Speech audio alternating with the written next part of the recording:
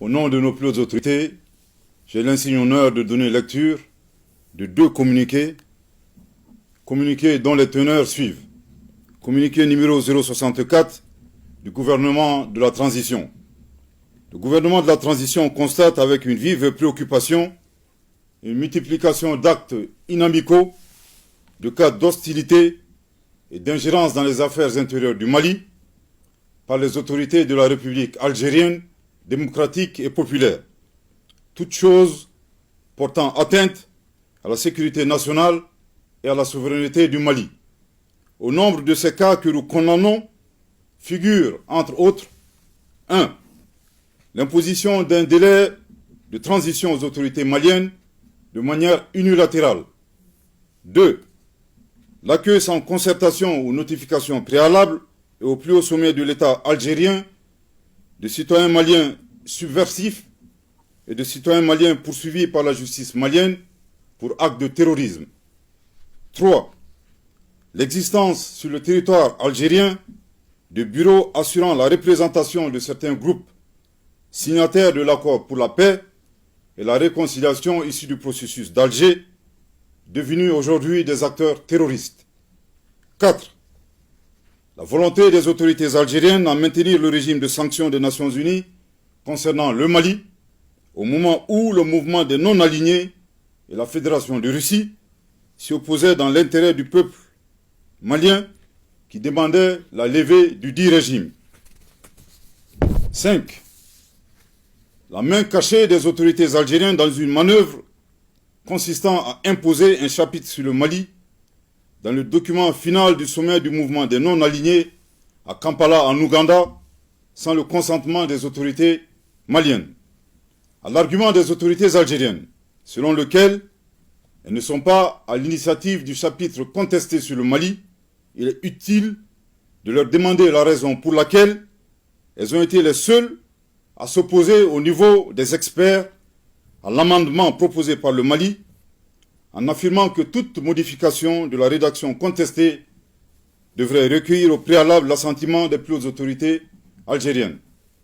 Après analyse de ces cas, il ressort une perception erronée des autorités algériennes qui considèrent le Mali comme leur arrière-cour ou un État paillasson sur fond de mépris et de condescendance. Par ailleurs, le gouvernement de la transition prend à témoin l'opinion nationale et internationale et les invite à constater l'écart entre les manœuvres d'hostilité des autorités algériennes d'une part et d'autre part, la responsabilité qui leur incombe au moment où elles siègent au sein du Conseil de sécurité des Nations Unies, l'instance chargée principalement du maintien de la paix et de la sécurité internationale. Le gouvernement de la transition, tout en condamnant cette attitude, exige des autorités algériennes de cesser immédiatement leur hostilité. En outre, les relations de bon voisinage exigent des comportements responsables qui doivent être guidés par le sens de l'empathie et le respect mutuel. Le gouvernement de la transition serait curieux de savoir le sentiment des autorités algériennes si le Mali devrait accueillir au plus haut sommet de l'État des représentants du mouvement pour l'autodétermination de la Kabylie. Le gouvernement de la transition saisit cette occasion pour rappeler aux autorités algériennes les relations séculaires et fraternelles qui existent entre le peuple malien et le peuple algérien. L'un des points majeurs de l'amitié entre les deux peuples frères remonte à la guerre d'Algérie, lors de laquelle le Mali a notamment offert son territoire comme base arrière aux Moudjahidines, ouvrant ainsi un front sud. Participer aux affrontements armés contre le colonisateur français en déployant des combattants maliens aux côtés des Moudjahidines sur le territoire algérien pour défendre la liberté et la dignité des Algériens. Défendu la cause algérienne dans toutes les instances diplomatiques jusqu'au recouvrement de leur indépendance. Le Mali invite les autorités algériennes à se remémorer également leurs responsabilités dans la détérioration de la situation sécuritaire au Sahel. S'il est vrai que l'intervention de l'organisation du traité de l'Atlantique Nord, OTAN, a exacerbé la menace terroriste, il n'en demeure pas moins que c'est l'installation dans le Sahara du groupe salafiste pour la prédication et le combat, le GSPC algérien, puis son allégeance à Al-Qaïda, qui marque l'avènement du terrorisme international dans la région. Le Mali réaffirme son attachement à la promotion des relations amicales et harmonieuses avec l'ensemble des États du monde, sous respect des principes guidant l'action publique au Mali, définis par son Excellence le colonel Assimi Goïta, président de la transition, chef de l'État, à savoir le respect de la souveraineté du Mali, le respect des choix de partenariat et des choix stratégiques du Mali, et enfin la prise en compte des intérêts du peuple malien dans toutes les décisions. Que Dieu bénisse le Mali et préserve les Maliens, fait à Bamako le 25 janvier 2024. Communiqué numéro 065 du gouvernement de la transition. Le gouvernement de la transition, dans le cadre de la mise en œuvre de l'accord pour la paix et la réconciliation au Mali issu du processus d'Alger, signé en 2015, partage avec l'opinion nationale et internationale les faits graves ci-dessous. 1.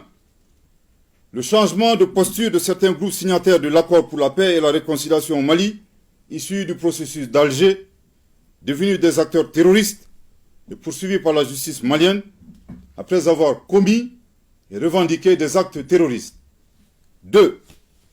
L'incapacité de la médiation internationale à assurer le respect des obligations incombant aux groupes armés signataires, malgré les plaintes formulées par le gouvernement de la transition à travers la lettre du ministre de la Réconciliation, de la Paix et de la Cohésion nationale, chargé de l'accord pour la paix et la réconciliation nationale, en date du 24 février 2023, adressé aux autorités de la République algérienne, démocratique et populaire, chef de file de la médiation internationale. 3. Les actes d'hostilité et d'instrumentalisation de l'accord de la part des autorités algériennes, dont le pays est le chef de file de la médiation internationale, tel que mentionné dans le communiqué numéro 064 du 25 janvier 2024 du gouvernement de la transition.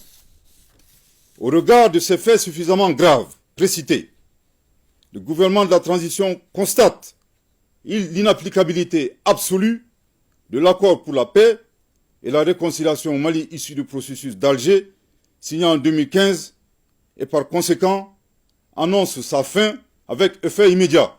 Je répète, au regard de ces faits suffisamment graves précités, le gouvernement de la transition constate l'inapplicabilité absolue de l'accord pour la paix et la réconciliation au Mali, issu du processus d'Alger, signé en 2015, et par conséquent annonce sa fin avec effet immédiat. Je répète pour une dernière fois. Au regard de ces faits suffisamment graves précités, le gouvernement de la transition constate l'inapplicabilité absolue de l'accord pour la paix et la réconciliation au Mali, issu du processus d'Alger, signé en 2015, et par conséquent annonce sa fin avec effet immédiat. Le gouvernement de la transition rassure de sa volonté à œuvrer pour le règlement pacifique de la crise malienne en tirant les enseignements des accords précédents et en consolidant leurs acquis.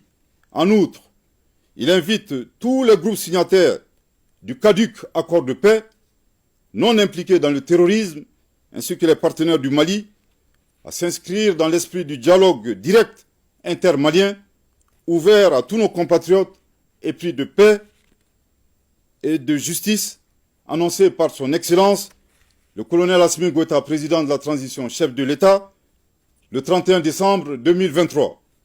Le gouvernement de la transition saisit cette occasion pour appeler les Maliens à renforcer la cohésion nationale et à promouvoir le dialogue et la paix. Que Dieu bénisse le Mali et préserve les Maliens, fait à Bamako le 25 janvier 2024. Merci de votre très aimable attention.